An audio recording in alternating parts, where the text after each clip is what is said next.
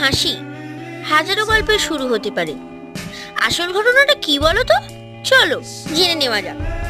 High, welcome to Posto's little art corner on the internet. আজ আবার ফিরেছি নতুন আর এক গল্প নিয়ে। If you are new here, তাহলে আমার সাথে থেকো। আর যারা পোস্তকে আগে থেকেই চেনো, তারা ভালোবাসে নতুন করে। চলো গল্পে ফিরি। আজ রাপুনজেলের মুখটা প্রায় সম্পূর্ণ, চোখে ঝিলমিল রং, ঠোঁটে এক টুকরো নির্ভেজাল হাসি, যেন কোনো গল্পের রাজকন্যা নিজের কল্পনার জগৎ থেকে উঠে এসেছে। প্রতিটা পেন্সিলের টানে ফুটে উঠেছে তার প্রাণবন্ত মুখ, তার মিষ্টি চাহনি।